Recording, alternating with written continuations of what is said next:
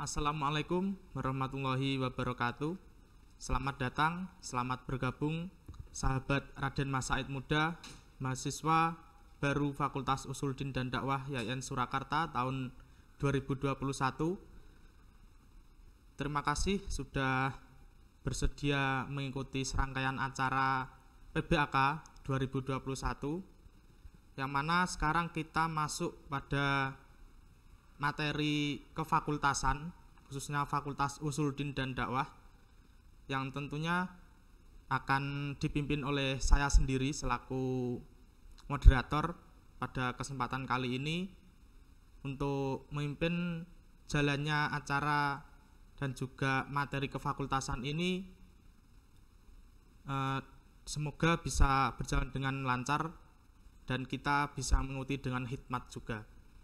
Tentunya di sini saya juga tidak sendirian dan akan ditemani oleh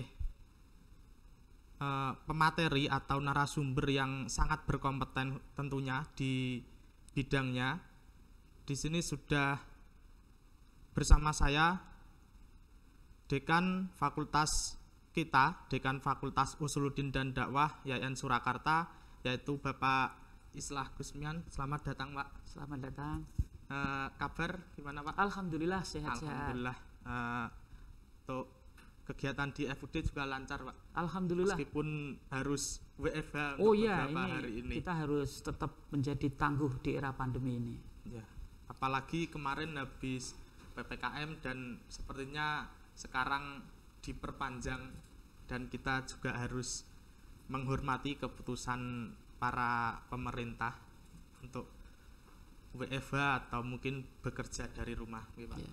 Nah, di sini kita menyambut mahasiswa baru yang pada kesempatan PBAK 2021 kali ini dengan sebutan Raden Mas Said Muda, Pak. Raden Mas Said Muda. Jadi diharapkan semoga mahasiswa baru Fakultas Usuluddin dan Dakwah di 2021 kali ini bisa meniru atau bisa mengikuti jejak Raden Mas Said. Mungkin untuk kesempatan kali ini kita sedikit ngobrol tentang kefakultasan, khususnya Fakultas Usuluddin dan Dakwah, yang mana jenengan sendiri adalah dekan dari Fakultas Usuluddin dan Dakwah. Mungkin nanti bisa dijelaskan ada apa saja di FUD, kegiatan yang ada di FUD dan prodi-prodi atau sejarah mungkin yang ada sangkut pautnya dengan Fakultas Usuluddin dan Dakwah. Mungkin langsung saja kita sambut mahasiswa dekan kita, Pak Islah Gusmian, untuk menjelaskan beberapa kata tentang Fakultas Usuluddin dan Dakwah. Monggo, Pak. Oke, terima kasih. Assalamualaikum warahmatullahi wabarakatuh. Para sahabat Raden Mas Said Muda ya, yang saya banggakan. Yang pertama, selamat datang di kampus tercinta, dan teman-teman, sahabat-sahabat termasuk yang beruntung karena meskipun di era pandemi ini masuk menikmati kampus baru dengan status baru. Jadi di tahun ini kita alih status menjadi UIN Raden Mas Said Surakarta. Ya, jadi teman-teman yang diterima di tahun ini itu adalah mahasiswa baru dengan status kampus baru. Ya, itu. Nah, sebelum saya bercerita tentang Fakultas Usuluddin dan Dakwah, saya ingin cerita sedikit tentang kenapa Raden Mas Said. Ya, siap. Ini tadi sudah disebut ya, bisa meniru Raden Mas Said itu ya. Jadi begini, ini Raden Mas Said ini seorang tokoh penting di Jawa. Ya, dia juga diberi gelar Pangeran Sambernyowo. Ya, Sambernyowo karena dia dikenal sebagai pejuang yang gigih. Ya, dia juga punya komitmen terhadap keislaman. Ya, saya ingin menyebut satu saja tentang apa yang dia sebut dengan Tri Dharma. ya, yang jauh sebelum kita alih status, ya. Tridharma ini sudah saya tulis di depan pintu masuk di Fakultas Usuluddin dan Dakwah. Jadi beliau mengatakan kalau kita ingin sukses itu ada 3 dharma yang harus dilakukan. Tri itu 3 dharma itu kebaktian, ya. Yang pertama adalah apa yang dia sebut dengan mulat sariro hangrosowani. Oh iya, iya. Nah, kalau kita terjemahkan di dalam bahasa sekarang itu introspeksi, ya, atau muhasabah. Jadi sebelum kita menunjuk orang ini salah, orang ini keliru, kita harus muhasabah dulu, kira-kira begitu, ya. Yang kedua, beliau mengatakan melu handarbeni. Ya, kalau kita terjemahkan ke dalam bahasa kita sekarang kira-kira ya merasa memiliki, ya. Jadi teman-teman Raden Mas Said muda, ya, ketika masuk di UIN ini harus punya sikap muhasabah dan juga harus merasa memiliki terhadap kampus. Begitu juga terhadap kebangsaan kita, kenegaraan kita. Ya, ini penting, ya. Dan yang ketiga adalah melu hangrung kebi. Ini kalau diterjemahkan apa ya? Singkatnya kira-kira ikut menjaga. Ya, hangrung kebi itu menjaga. Bangsa ini bisa besar, bangsa ini bisa utuh, ya. Meskipun terdiri dari sekian banyak suku, bangsa, dan agama, kalau kita bisa kembali kepada spirit Tridharma ini, insya Allah stabil. Jadi ikut memiliki, ikut menjaga, dan muhasabah.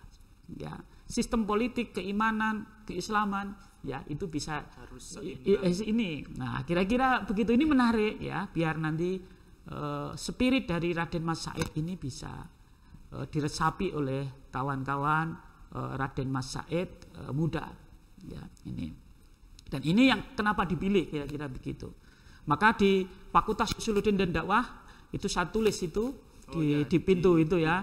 Jadi kita masuk di pintu depan bagian kanan itu saya tulis gitu, mulat sariro hangrosowani, melu handarbeni, dan melu hangrung kebi. Yang sebelah kiri itu saya tulis, ya, ini dari serat juga, ngilmu kalakone kantilaku. Nah, ini penting ini, ya.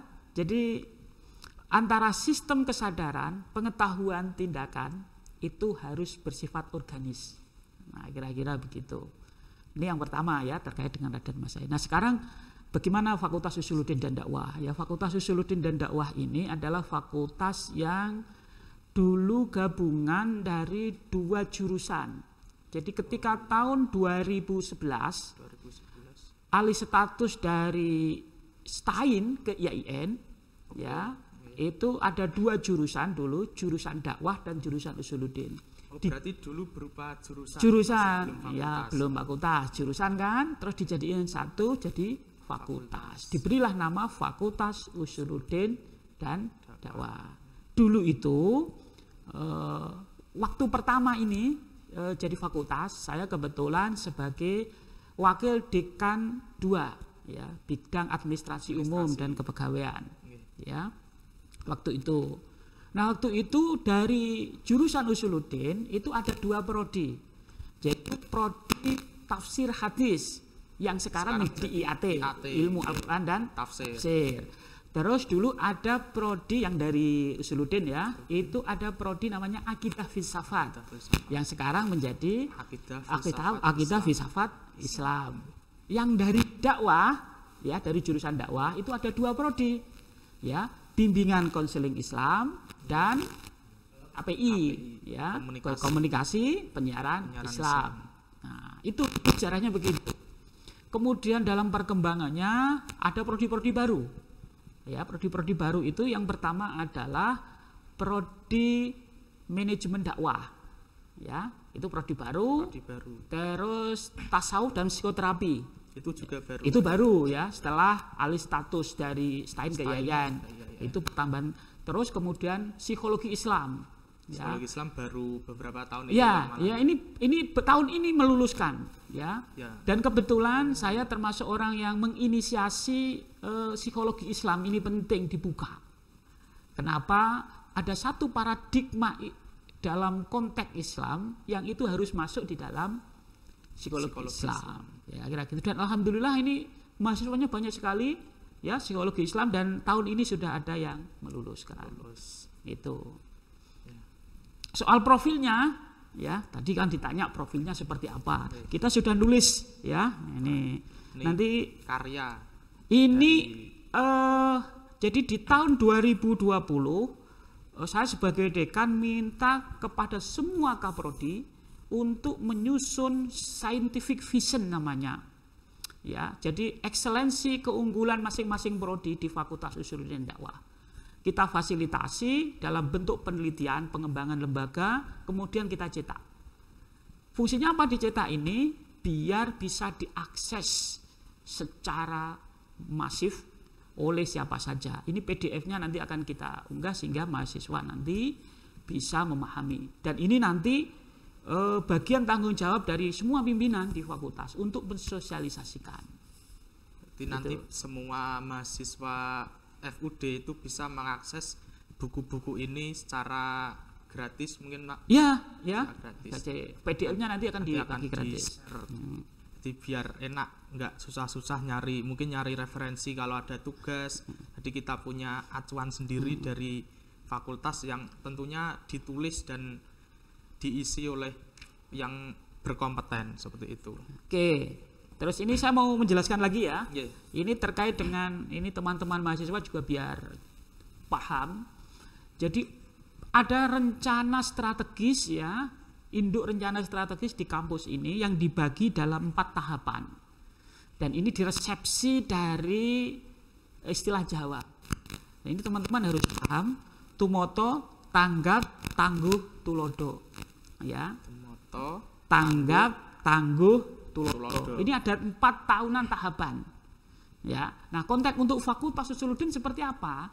Itu yang kemudian nanti diturunkan di dalam visi misi. Ya, ini semua mahasiswa harus tahu visi misi di fakultas dan di prodi masing-masing. Nah, di fakultas apa? Itu visi misi sudah ada ditera di sini. Ya, kita sudah sebutkan. Jadi visi Fakultas Usuluddin Dakwah adalah unggul dalam kajian Islam, 1 ya. Sosial, humaniora yang terintegrasi dengan kearifan lokal. Kearifan lokal ini kunci.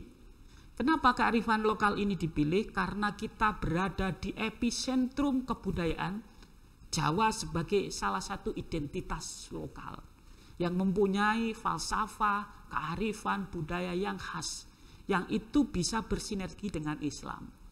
Ya, bukan Jawa sebagai sebuah tempat, tapi Jawa sebagai sebuah kesadaran. Jawa sebagai cara berpikir. Dan Jawa dalam pengertian ini bukan struktur hanya Jawa.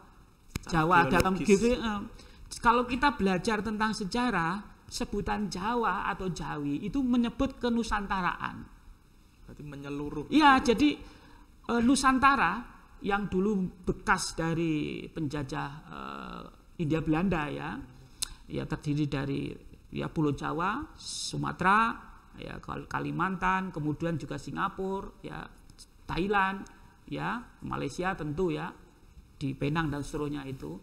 Ini adalah orang-orang Melayu dan ini punya kesadaran yang khas ketika bertemu dengan Islam yang dalam konteks sekarang dikenal dengan istilah Islam Nusantara. Islam Nusantara. Jadi Islam Nusantara itu bukan Islam yang ada di Nusantara, tapi Islam yang berdialektika, beradaptasi, bergumul dengan kearifan lokal. Berdasarkan kearifan yang sudah ada. Iya, sebelumnya. nah itu loh. Jadi kearifan lokal itu di situ, ya.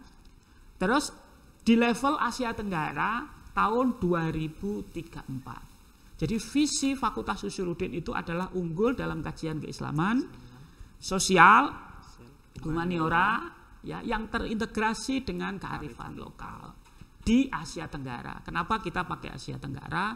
Karena ini jalannya tidak mudah. Jadi kita pilih di Asia Tenggara sampai tahun 2034. Itu adalah progres jangka panjang. Iya, itu nanti yang ditata di 4 tahapan: Tumoto, tanggap, tangguh, tulodo. Tumoto itu tertata kelembagaannya, organisasinya, SDM-nya, sarana prasarananya, ya termasuk ruangan ini, ya ini bagian prasarana, ya agar tertata teman-teman nanti bisa melakukan, apalagi di era pandemi ya, di era pandemi ini kan luar biasa, yang hal-hal yang tak pernah terpikirkan menjadi terpikirkan, seperti kasus sekarang ini ya, ya kita bertemu dengan sahabat muda Raden Mas Said secara daring online, ini 2 tahun yang lalu nggak pernah terpikirkan kan, nah biasanya langsung di sebuah gedung secara rame-rame, iya, sekarang harus secara online dan tidak bisa berdialog secara langsung dengan teman-teman mahasiswa baru. Mungkin mau dilanjut tak? Oke, nah itu fakultas ya, tadi itu. Jadi visinya adalah unggul dalam kajian Islam, sosial, humaniora terintegrasi dengan kearifan lokal di Asia Tenggara sampai tahun 2034. Nah, maka semua prodi ya harus based on ini. Nanti diderivasi diturunkan ke visi misi prodi masing-masing. Misalnya ya ini sudah kita cetak semua, ini saya mulai dari prodi yang tua ya. Banyak sekali. Oh ya, prodi yang tua apa itu prodi yang tua? Prodi yang tua itu adalah IAT. Ini prodi tua ini. Jadi prodi yang tua itu pertama itu akidah filsafat Islam, sama IAT, terus BKI, KPI itu tua itu. Yang lain-lain kan muda ya. Ini dalam menghormati yang tua kita sebut dulu begitu kan. Generasi awal. Ada sabiqunal awwalun lah kira-kira begitu kan. Nah, IAT ini ya menderivasi visinya dari visi fakultas. Nah, apa dia visinya dan apa ekselensinya dan apa nanti lulusannya ya, itu sudah disusun secara sistematis di dalam scientific vision yang sudah dipublikasikan oleh tim ya. Ya tim ini bertanggung jawab untuk mensosialisasikan. Nah, dalam kesempatan ini secara singkat nanti akan saya sebutkan satu-satu ya. Nah, bagaimana IAT ini teman-teman sahabat muda Raden Mas Said yang kebetulan manggil prodi IAT ya, nanti biar tahu ya apa visinya ya. Visi prodi IAT adalah unggul dalam kajian Al-Qur'an ya, kajian Al-Qur'an dan tafsir yang terintegrasi ya. Tadi kan Islam diderivasi menjadi tafsir karena spesialisasinya kan itu kan, yang terintegrasi dengan kearifan lokal. Maka nanti studi-studi terhadap tafsir-tafsir lokal itu menjadi salah satu perhatian penting oleh prodi IAT di IAIN, di UIN sekarang, Surakarta. Itu terintegrasi dengan kearifan lokal. Maka kita memberikan layanan ya, tahun ini kita sudah menyediakan laboratorium Al-Qur'an dan manuskrip Nusantara itu ya ada itu di gedung ini juga ya. Insya Allah tahun ini sudah tertata dengan baik, nanti bisa menjadi tempat kongko-kongko akademik. Wah, saya sebutnya begitu ya. Jadi kita bisa mendapatkan banyak ilmu tetapi dengan lesehan, misalnya kita sudah fasilitasi itu. Kita sediakan manuskrip baik Al-Qur'an, mushaf Al-Qur'an maupun tafsir lokal ya. Digitalnya kita sediakan itu, dan juga kita sediakan program-program yang berkaitan dengan Al-Qur'an dan ilmu-ilmu yang berkaitan itu. Misalnya kita belajar ilmu qiraah, nanti ada audionya di situ ya. Terus kita mau tahu tafsir pertama ya di Nusantara itu apa, itu ada di situ.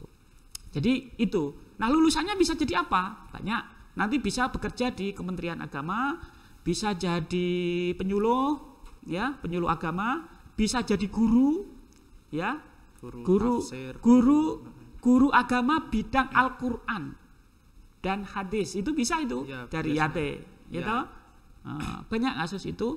Dan juga kalau teman-teman sahabat muda Raden Mas Said ada yang hafal Quran, itu bisa bekerja di Lajnah Pentasihan Mushaf Al-Qur'an ya, di sana nanti bagiannya itu di situ. Berarti progres kerjanya juga lumayan banyak, meskipun ya, mungkin dari teman-teman ada yang mikir, wah kalau di IAT ini besok jadi apa, masa cuma ngulik-ngulik Al-Qur'an terus. Nah, mungkin ternyata progres kerja setelah lulus mungkin itu sangat terbuka lebar sekali seperti yang sudah dijelaskan tadi. Ada yang di Kemenak, ada yang mungkin jadi mufasir Al-Qur'an atau jadi guru agama bidang Al-Qur'an dan hadis dan lain-lain seperti itu.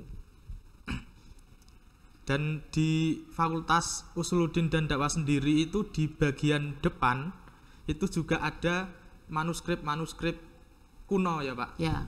yang dipajang di bagian pintu masuk. Kalau sahabat Raden Mas Said muda besok main ke kampus, ke Fakultas Usuluddin dan Dakwah, itu bisa dilihat di bagian depan itu tertata manuskrip kuno yang mungkin itu adalah bagian dari sejarah, khususnya sejarah mungkin Al-Qur'an atau hadis yang itu sudah ada di FUD itu sendiri.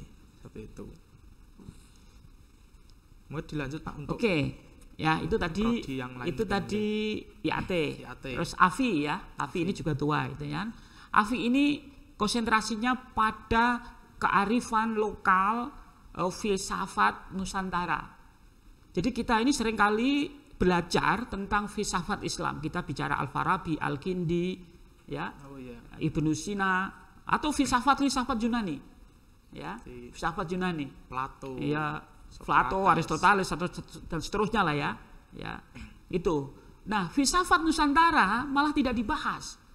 Bagaimana Ronggo Warsito bicara manusia, bagaimana Asingkili, bagaimana Araniri, bagaimana Asumatrani dan yang lain sebagainya. Kita punya banyak ulama-ulama yang juga bicara tentang filsafat dan bicara tentang keyakinan sistem teologi.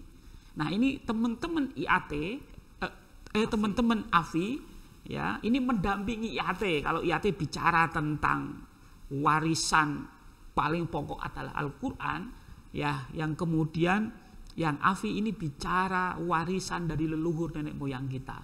Maka nanti akan dibicarakan itu semua. Nah, kita sediakan ada banyak manuskrip atau serat-serat. Misalnya teman-teman ini sudah hilang ingatan atau malah tidak tahu, misalnya ada Suluk Linglung, Suluk Syekh Maloyo, ya, jangan-jangan nggak pernah dengar ya. Ada Suluk Syekh Bari, ya, ini harus tahu semua loh ini, ya. Ini kesadaran, kita lahir dari sistem kesadaran yang tidak kosong, ya.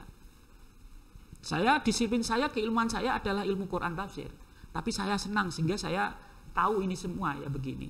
Ini abad 15 itu ada Suluk Linglung, Suluk Syekh Maloyo, ada Suluk Syekh Bari dari Sunan Bonang ini ya. Nanti ada Suluk Joko Tingkir ya. Nanti abad-abad 18 ada Wulangreh ya, ada Tiang Solat, Nyai Sujina. Oh, banyak sekali. Ini kalau tidak kita bahas hilang. Atau malah dianggap bid'ah, repot ini. Ini yang mengkaji nanti orang-orang Eropa. Dan kita belajar kebudayaan kita dari orang lain, kan lucu ini. Padahal ini warisan sendiri. Ya, masa kita ingin tahu cerita nenek moyang kita dari orang lain, kan lucu ini kan. Ini tugas AFI ini tugas AFI. Maka kita sediakan itu, ya. Ronggo Warsito termasuk Raden Mas Said juga ini. Ini sistem kesadaran ini harus kita bangun, ya.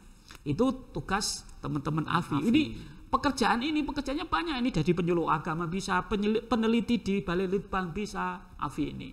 Maka teman-teman AFI ini kalau PPL KKL magang itu di Balai Litbang Semarang. Ya, saya asalkan ke sana, di sana langsung didampingi penelitian, riset, syukur-syukur nanti terus kemudian bisa ada hubungan-hubungan sehingga nanti bisa dimanfaatkan. Itu yang tua, ya. Yang tua lagi yang ketiga BKI, konseling Islam. Ya, konseling. Ini BKI sekarang ini harus berperan penting. Kenapa? Karena di era pandemi ini banyak orang susah. Ya, banyak yang stres. Tidak cukup kita beristighosah. Ya, istighosah, habis istighosah tetap lapar kita. Loh iya. Ini masalah. Maka perlu konseling keluarga, konseling anak, konseling suami, konseling istri, iya kan? Konseling tetangga. Mohon maaf ini saya mau cerita. Kemarin 2 hari, bagi teman-teman yang kebetulan punya pekerjaan tetap, nggak masalah keluarganya. Tapi kalau pekerjaannya itu harian dan sekarang PPKM, dari mana dia dapat penghasilan? Ya, itu nggak cukup diajak berdoa itu. Ya bagus berdoa, tapi habis doa dia tetap lapar. Maka perlu ada solidaritas, ya kan? Ya perlu ada setia kawan. Nah, di sini ini PKI ini penting, bimbingan konseling ini. Ya. Jadi ini tidak hanya diomongkan tadi itu. Ngelmu kalakone kanthi laku. Kalau sudah begini harus laksanakan. Jadi intelektual organik. Oh, ini kan teman-teman begitu. Nah, ini PKI ini sangat strategis, ya. Terus teman-teman yang lagi isoman, yang lagi positif, itu kan perlu pendampingan konseling itu. Ya. Iya, itu tugas utama sekarang itu. Di samping nakes tenaga kesehatan yang di garda depan, ya, menanggulangi COVID-19 sekarang itu. Yang kedua itu konseling dan juga agamawan. Nah, nanti disambung oleh KPI. Nah, ini ada ratusan mungkin ribuan hoax di tengah situasi pandemi ini. Baik itu disengaja atau tidak. KPI harus di garda depan bagaimana memberikan informasi yang akurat dan valid. Akurat, valid, benar, ya, itu adalah Islami. Nah, itu, ya, dan belum tentu yang benar itu baik untuk disampaikan. Jare wong Jawa iki bener ning ora bener. Itu enggak bisa diterjemahkan itu dalam bahasa Jawa itu apa itu? Bener ning ora bener. Jadi empan papan. Nah, ini teman-teman KPI harus tahu. Ya, harus tahu. Maka kita sediakan, ya, sekarang ini sebagai sarannya. Kenapa kemarin saya minta teman-teman di prodi KPI bikin podcast. Ya, kita sudah sediakan laboratoriumnya, peralatannya dan sebagainya, memberikan dampingan ke masyarakat. Dan juga sekaligus juga teman-teman mahasiswa dilibatkan. Jadi saya ingin sebagai dekan itu mahasiswa sebelum lulus itu sudah punya produk, punya karya. Itu yang selalu saya katakan. Karena dengan demikian nanti teman-teman KPI itu lulus tidak usah sibuk cari pekerjaan, dicari. Karena 5-10 tahun ke depan yang dibutuhkan bukan hanya ijazah, tapi keterampilan. Skill, betul. Itu loh. Nanti teman-teman di KPI ditanya, wis tahu gawe produk opo sampean? Nah, gitu kan. Sudah pernah bikin apa? Oh, saya bikin film pendek, Pak. Oh, saya bikin tayangan audiovisual begini. Produknya ini. Diterima itu. Ijazah penting gitu. Tapi jauh lebih penting ada yang ini, itu mendampingi. Nah, di era pandemi ini KPI sangat strategis memberikan informasi-informasi yang bermanfaat, membantu pemerintah agar pandemi ini lebih mudah cepat diatasi. Nah, ini 4 ya tadi ya, prodi 4, prodi tua-tua ini kan. Prodi sepuh. Oh, sepuh. Nah, yang muda-muda, nah, saya lanjutkan ini singkat aja ya. Yang lain itu adalah MD, manajemen dakwah. Ya, kita ini seringkali tidak bisa membedakan antara penceramah, dai, mubalek, ulama, guru. Ya, ini repot loh, ya. Ya. Dai itu kan mengajak. Orang yang mengajak. Iya, mengajak kan. Jadi konsep berdakwah itu mengajak, bukan mengejek. Kalau ada orang berdakwah mengejek, repot itu. Ya, ini sistemnya. Jadi kita ini berdakwah seringkali tidak berhikmah. Maka ini perlu di manajemeni. Itu yang pertama, ya, manajemen dakwah. Dan bukan hanya persoalan dakwah dalam bentuk yang bukan tindakan. Itu kan ceramah kan hanya mengajak. Tapi ada dakwah-dakwah yang lain, bilhal. Ini perlu dimanajemeni. Bagaimana sistem zakat, ya, bagaimana seperti pengelolaan keuangan. Ini juga harus dimanajemeni. Bagaimana kita berdakwah di masa tertentu, ya, itu juga perlu analisis sosial. Nah, manajemen dakwah itu penting di situ. Harus di setel sedemikian mungkin agar dakwahnya itu bisa tepat sasaran dan sesuai dengan target. Iya, dan itulah perlu kalau teman-teman belajar ilmu sosial itu namanya analisis sosial. Ya, itu teman-teman di manajemen dakwah. Terus selanjutnya sufi hiling tasawuf dan psikoterapi. Nah, salah satu kita memberikan terapi ke masyarakat itu kita bisa mengambil dari aspek-aspek tasawuf. Nah, jadi ekselensi dari tasawuf dan psikoterapi di situ. Salah satunya adalah sufi healing Dan sekarang teman-teman di tasawuf dan psikoterapi ini mengembangkan tarian sufi. Ya. Yang muter-muter itu ya. Ya, itu tidak semua orang bisa itu kan. Ya, itu katanya susah, Pak. Ya. Enggak semua orang tinggal muter itu enggak. Jadi ada caranya khusus. Pernah nyoba? Pernah dan pusing. Iya. Ternyata ada trik-trik khusus. Ada trik khusus. Anda lihat, muternya itu lawan arah jarum jam atau berlawanan kan? Kenapa berlawanan arah jarum jam? Wah, itu kalau anak filsafat nanti bisa jelaskan. Ya. Kenapa orang tawaf itu arahnya berlawanan dengan arah jarum jam? Iya toh, orang tawaf itu kan. Iya, karena ada energi itu. Maka tarian sufi itu mengikuti orang tawaf. Itu aspek filosofisnya begitu dijelaskan gitu loh. Nah, itu nanti anak Afi bisa jelaskan gitu. Nah, itu tasawuf dan psikoterapi. Yang terakhir psikologi Islam. Ya, psikologi Islam ini prodi yang masih muda, ini baru meluluskan tahun ini 3 atau 5 mahasiswa. Ya, karena kemarin saya target tahun ini harus ada yang lulus. Gitu loh. Saya dampingi dan alhamdulillah bisa lulus. Kenapa? Karena akan akreditasi. Ya, dan alhamdulillah lancar gitu ya.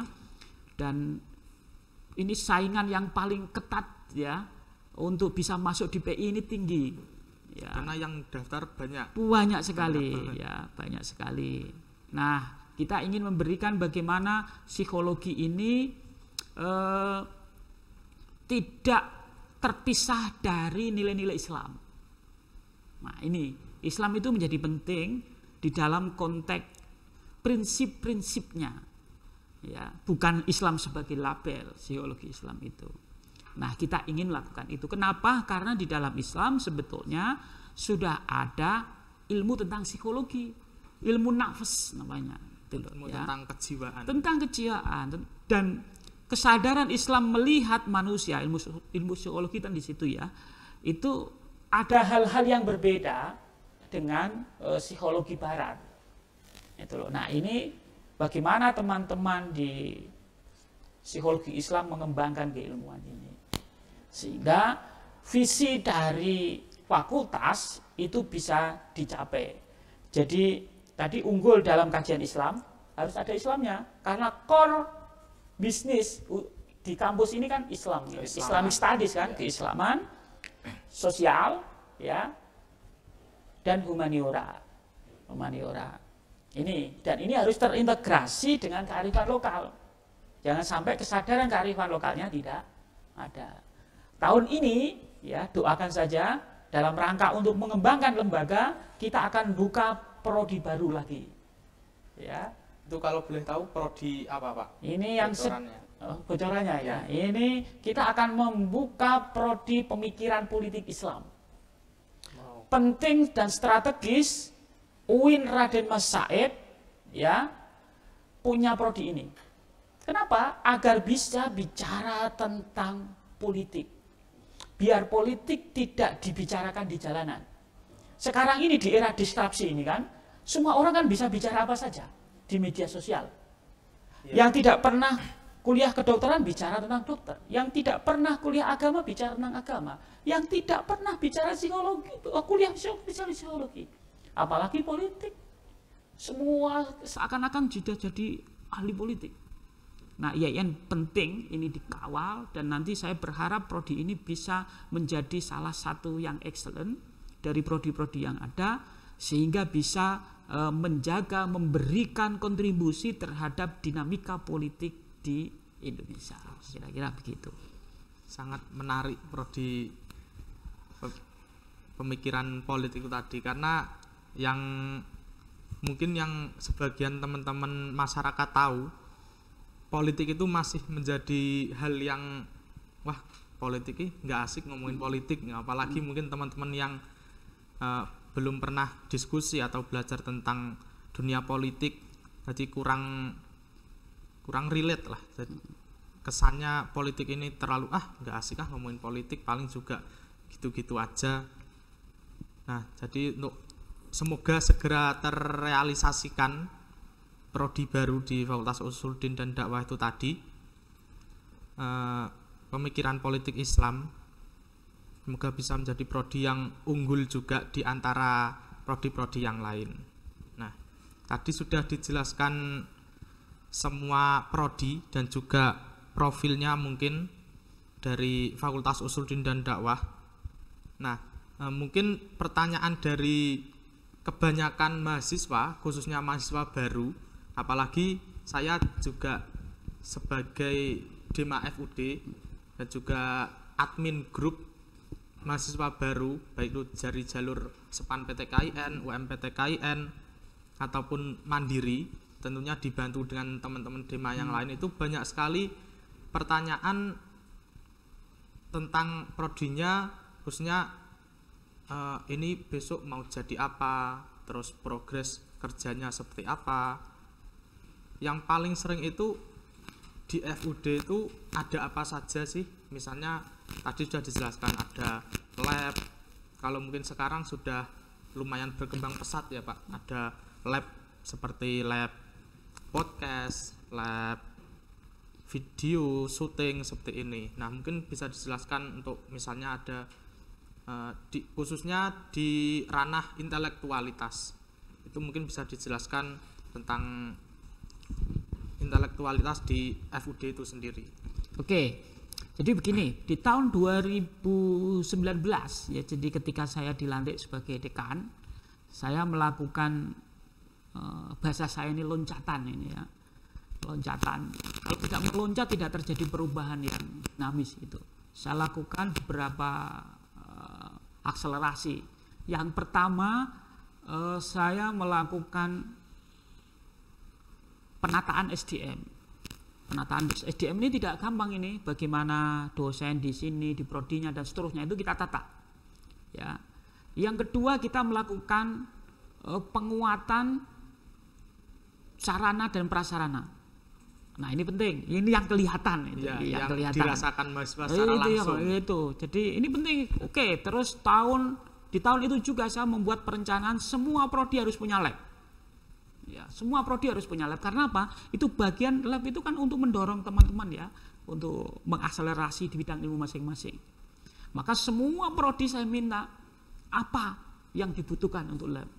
Kalau prodi tidak mengajukan, ya saya ancam kira-kira begitu. Saya ajukan sendiri kira-kira begitu. Ya, itu loh. Ini penting. Kalau tidak didukung begitu kita nggak maju. Ya, maka termasuk ini lab studio ya bahasanya. Ini untuk teman-teman KPI. Teman-teman KPI ini asetnya paling banyak sendiri karena peralatannya mahal. Tapi saya nggak apa-apa, wong ini aset yang untuk percepatan kemajuan ya. FUD gitu. Sendiri. Saya sebagai dekan ya ini kadang ya mengambil keputusan itu penting. Ya. Jadi kalau orang ragu-ragu nggak pernah maju. Ya, langsung saya ambil eksekusi, bikin ruang studio. Bingung ruangnya di mana? Udah saya tuju aja, sini itu aja. Ya, klik gitu kan. Tentu dengan sekian banyak konsekuensi saya harus sadar itu. Lalu kita rencanakan ruangannya sampai kita desain ini. Ini yang desain, mohon maaf ini saya sendiri. Saya minta dulu rekanan itu bikin yang milenial tapi klasik, bingung dia. Milenial, klasik dan lokal, bingung dia. Nggak jadi-jadi, tak desain sendiri. Oh, ini begini gitu ya. Ya, kelihatan mewah, neng orang murahan, neng ya orang murah. Wah, angel loh gitu kan. Ini harus dipertimbangkan begitu. Dan jadi kan ini, dan langsung ya kita undang Pak Rektor kaget juga. Saya kan nggak pernah cerita. Udah jadi kan gitu loh. Itu podcast ya. Kita eksekusi tahun 2020. Ternyata masih ada banyak begini-begini. Tahun ini juga 2021 saya kawal betul. Maka saya selalu HP saya nggak mati. Ya saya tanya begini, saya termasuk orang yang tidak menunggu laporan. Saya turun di lapangan saya tahu. Klik jadi ini untuk KPI. Jadi KPI itu punya 2 lab. Ya, ini ruang studio dengan peralatan yang saya kira sudah cukup. Sangat memadai. Bagi saya ini canggih itu. Ya, canggih. Kalau saya secara pribadi suruh beli nggak punya duit itu kira-kira gitu kan. Gitu. Itu 2 itu. Ya, sehingga nanti teman-teman mahasiswa bisa berakselerasi di sini. Ya, misalnya mau bikin tayangan tentang ceramah 5 menit. Oh, teman-teman bikin YouTube misalnya ya. channel YouTube silakan itu. Nanti ngundang siapa ya bisa. Ya. Saya kira itu menjadi produk ilmu pengetahuan. Selain dari ranah akademis tadi juga ada untuk lahan untuk mengembangkan skill khususnya di prodi masing-masing. Oke, ini KPI ya. Terus yang BKI kita persiapkan ya di atas ruang itu kesehatan itu ya. Itu ada dua ruangan. Tahun ini saya eksekusi ya. Nanti bisa untuk bimbingan konseling di sana. Terus di gedung ini juga IAT ya sudah kita fasilitasi, di sana sudah ada ruang untuk display manuskrip ya, meskipun tidak cukup ya karena manuskripnya banyak. Semua manuskrip itu koleksi pribadi saya, termasuk juga yang di perpustakaan. Yang di perpustakaan pusat itu koleksi saya, itu saya titipkan aja di situ biar mahasiswa tahu, maksud saya begitu. Juga kalau ada kunjungan itu bisa terlihat. Dan juga salah satu unggulan dari perpustakaan di seluruh Indonesia itu salah satunya itu punya koleksi kuno. Sebetulnya itu diuntungkan perpustakaan itu, ya, karena dia punya koleksi kuno. Gitu. Itu saya taruh di situ. Kalau saya masukkan di ruang lab IAT tunggu gak cukup nanti ya. Nah di IAT ini ke depan akan menjadi tempat untuk workshop. Jadi workshop studi-studi tentang manuskrip, mushaf, dan studi-studi Al-Quran kekinian itu nanti di situ. Ya, jadi di samping bicara yang kolonial, ya manuskrip itu kan kolonial ya, tua-tua maksudnya, tapi juga harus bicara tentang yang milenial. Wah, sesuaikan dengan zaman. Iya, misalnya bagaimana studi mushaf kontemporer sekarang. Itu menjadi wilayah teman-teman. Ini penting misalnya kalau teman-teman nanti di Lajnah itu penelitian setiap tahun itu karena percetakan mushaf ini kan terus terjadi. Kalau ini tidak dikontrol, diawasi kan ada beberapa hal yang bermasalah. Nah, ini teman-teman IAT ini, ya, tapi pekerjaannya itu nanti di situ. Ya, tentu bisa mimpin khataman Quran itu nggak usah dibicarakan gitu kan. Ya, itu nggak bisa dibicarakan. Harus anak IAT harus bisa mimpin tahlil. Harus begitu gitu loh. Ya, yang AFI ya, kalau ditanya Raden Mas Said, Ronggo Warsito itu anak AFI itu harus bisa menjelaskan dan harus bisa ngerti mocopat, iso nembangku, mestinya begitu. Kenapa ada Mijil, Megatro, ya, Dandangkulo, itu aspek kesadaran kebudayaan yang sangat kaya di Jawa. Ya, itu baru Jawa loh ya, kita belum bicara tentang kebudayaan Padang, Riau, Sumatera, Aceh, ya. Oh, itu adalah bagian dari sesuatu yang harus dikerjakan teman-teman. AFI. Orang yang tidak sadar tentang atau orang yang tidak mengerti tentang kebudayaannya itu akan mudah dikalahkan oleh orang lain karena pondasinya nggak kuat. Kolesinya hilang, gitu loh. Termasuk juga dalam berislam. Sekarang itu kan ramai Islam begini begitu karena dia tidak pernah belajar asal usulnya. Ya, saya sering itu lihat itu ada postingan begini begitu, ini keliru. Karena mainnya kurang jauh.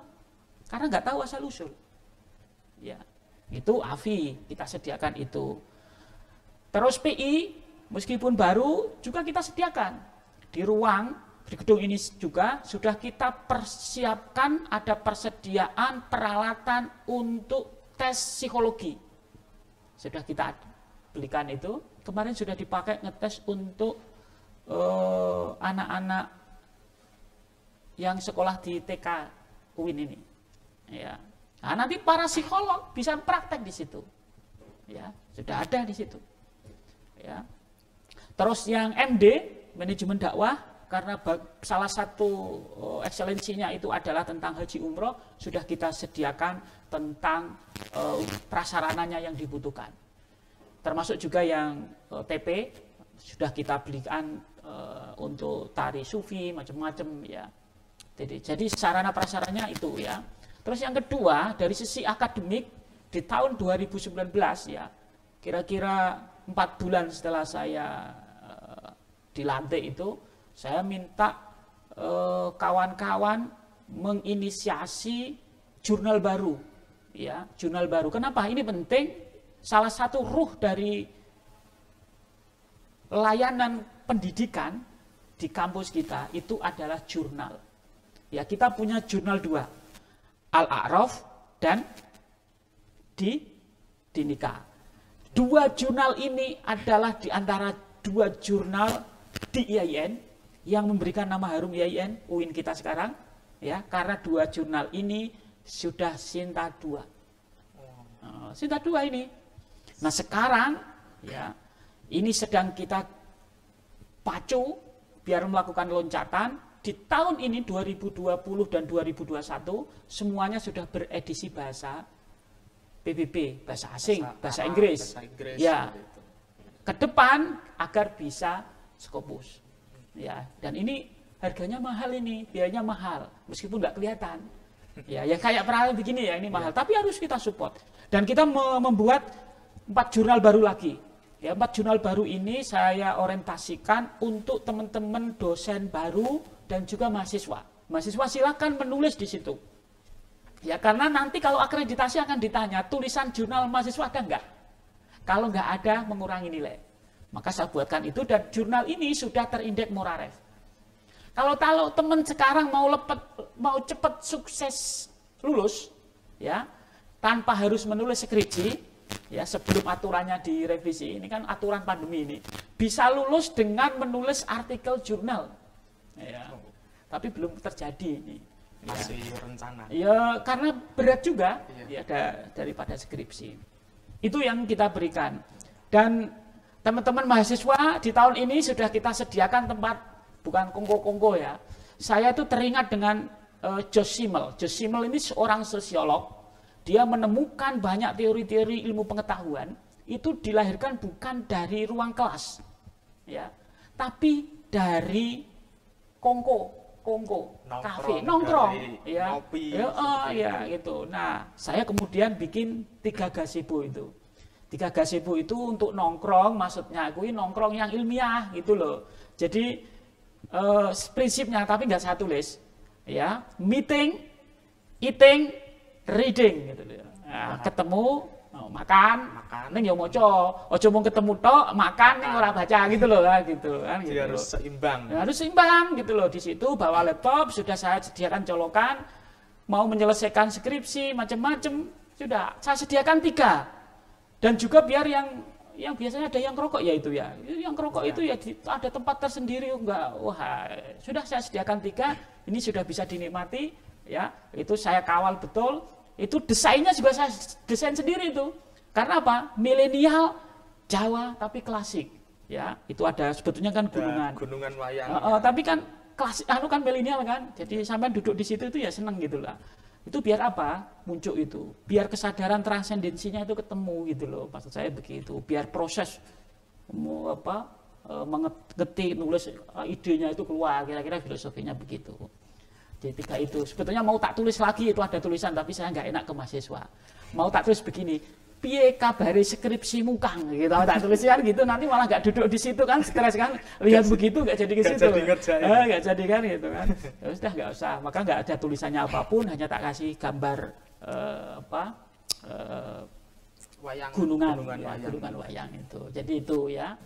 Ya, saya doakan di tahun-tahun ini nanti akan menjadi lebih maju. Di tahun 2021 ini layanan akademik umum sedang kita renovasi tempatnya, ruang dosen juga begitu, sehingga nanti kita bisa melayani. Saya ini kan pelayan ini. Saya sebagai dekan itu pelayan, melayani teman-teman, mahasiswa, dosen, ya, terutama mahasiswa baru. Sayang mahasiswa baru belum bisa ke kampus ya.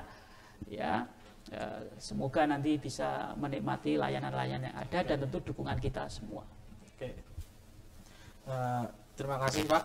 Tadi sudah dijelaskan panjang lebar terkait dengan profil fakultas, profil prodi, dan juga keahlian-keahlian yang bisa kita temukan di Fakultas Usuluddin dan Dakwah. Dan nantinya juga teman-teman Raden Mas Said Muda bisa mengekspor lebih jauh, bisa mencari tahu lebih jauh di Fakultas Usuluddin dan Dakwah untuk tahun 2021 kali ini. Nah, untuk pertanyaan terakhir atau sebagai penutup, harapan Bapak Islah selaku Dekan FUD untuk mahasiswa baru Fakultas Usuluddin dan Dakwah, juga teman-teman Raden Mas Said Muda tahun 2021 kali ini, apa Pak untuk kedepannya, apa yang diharapkan pada mahasiswa baru kali ini? Oke, saya bikin apa namanya tagline ya mungkin ya, itu sejak tahun 2020 awal ya. Saya sebut obah mamah mingset geget seneng susah bareng-bareng. Sing ora wong Jawa pusing ki maksudnya opoan gitu kan gitu loh. Gitu loh. Obah itu bergerak. Bergerak. Ya, bergerak itu pasti dinamis. Orang kalau tidak bergerak itu tidak dinamis. Ya, bergerak itu bukan hanya fisiknya, tapi kesadaran, akal pikirannya. Kira-kira kalau aspek filosofis begitu. Ini Qur'ani sekali loh, ya. Wa ma min dabbatin fil ardi illa 'alallahi rizquha. Jadi ayat itu memberikan penjelasan yang dijamin rezekinya. Rezeki itu bukan hanya uang, tapi ma'atakallah itu rizkun. Jadi apa semua yang diberikan oleh Allah kepada kita itu rezeki. Kesehatan, alhamdulillah saya hari ini masih bisa datang di sini ketemu teman-teman ya, sahabat Raden Mas Said Muda, itu ini bagian dari rezeki ya. Coba kalau konteks Covid begini kan ya, itu bagian dari rezeki ya, bergerak. Jadi Al-Quran menggunakan kata dabah ini kalau diterjemahkan apa ya, kalau dalam terjemah Al-Quran dikatakan bergerak, geremet. Boso Jawa geremet, Indonesianya apa itu ya? Geremet, iya melata, bukan yang melata itu bergerak karena ada gerakan. Itu yang dijamin rezekinya. Kita perhatikan misalnya bagaimana kita melihat burung ya, pagi hari dia keluar, bisa makan kan? Gak ada gerakan. Kita juga begitu, mahasiswa kalau tidak bergerak ya, orang mama itu loh yang bergerak pikirannya, kesadarannya, fisiknya. Itu. Jadi obah mama. Saya sebagai dekan, saya juga harus bergerak. Ya, bergerak kesadarannya, bergerak imajinasinya, bergerak pengabdiannya, harus bergerak semua itu. Kalau mandek ya selesai. Ya. Obah mamah. Ya, mamah itu sesuatu yang masuk, ya, yang kita nikmati. Jadi hanya yang bergeraklah itu yang bisa mendapatkan apa yang disebut dengan rizkun ma'atakallah tadi itu. Kita juga gitu. Nah, gerakan ini itu harus disusun secara sistematis yang tadi disebut di dalam visi misi. Tumoto, tanggap, tangguh, tulodo. Gitu loh. Kenapa? Husnul nidhamil amal yadmanu nainal amal. Cita-cita itu harus disusun dengan baik sehingga kita bisa mencapai. Kalau tidak disusun dengan baik nggak bisa. Gitu loh, ya. Kebaikan itu bisa saja dikalahkan oleh ketidakbaikan kalau dia tidak disusun dengan baik. Ya, maka yang ubah itu harus sistematis. Jadi mama, ubah mama, mingset geget. Mingset itu bergeser. Orang yang hanya duduk begini terus nggak mau pindah-pindah, establish mapan, selesai dia. Kamu juga begitu, yang dibaca buku satu aja ini, ya sudah selesai itu. Yes, wujudu ka'adamihi, harus berpindah-pindah. Berpindah-pindah itu bukan berarti berbeda ya. Dia bisa mengasup yang ini, yang itu. Ada wawasan yang luas. Lebih luas lagi. Iya. Jadi anak IAT itu bisa baca filsafat. Anak filsafat bisa baca KPI. KPI bisa baca konseling. Dan seterusnya harus begitu. Itu yang disebut dengan interdisipliner dan multidisipliner. Itu yang bisa geget. Ya. Ini mahasiswa juga harus begitu. Ya, harus itu. Seneng susah bareng-bareng. Solidaritas sosial. Ini penting. Ojo nek seneng bareng-bareng, nek susah dewe-dewe, ya jangan. Nah, gitu. Ya, bahaya, itu. Ini Islam sekali itu. Karena apa? Ini saya karena ini masuk baru harus disadarkan dengan prinsip Islam. Sebaik-baik manusia itu yang memberikan kebaikan kan? Ya, yang bermanfaat. Yang bermanfaat kepada orang lain. Khairun nas anfa'uhum linnas. Nilainya di situ. Maka jangan sekali-kali menjadi manusia yang justru bikin ribet orang lain. Kalau tidak bisa berkata-kata dengan baik, diamlah. Ya, maka saya sering kelakar begini.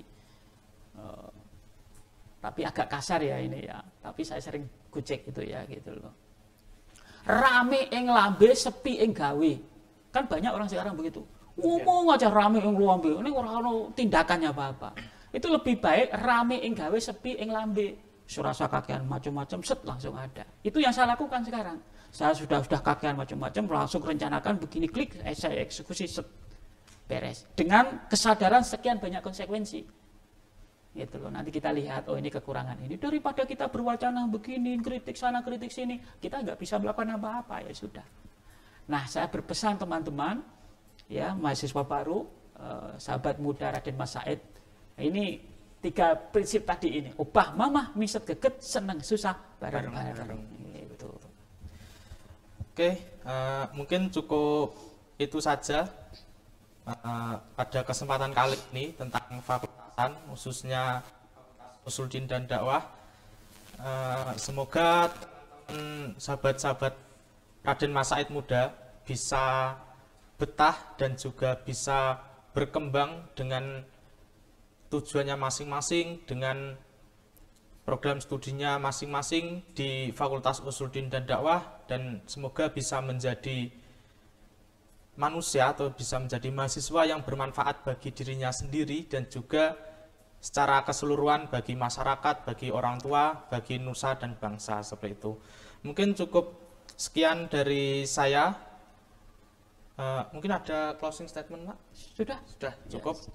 Terima kasih sahabat Raden Mas Said muda telah mengikuti ngobrol santai pada kali ini dengan bersama beliau Pak Dekan Islah selaku Dekan Fakultas Usuluddin dan Dakwah, dan saya mohon maaf apabila ada salah kata, salah ucap, dan salah tindak dalam kesempatan kali ini. Semoga kita selalu diberi kesehatan dan kita bisa bertemu di lain kesempatan. Terima kasih. Assalamualaikum warahmatullahi wabarakatuh. Waalaikumsalam warahmatullahi wabarakatuh.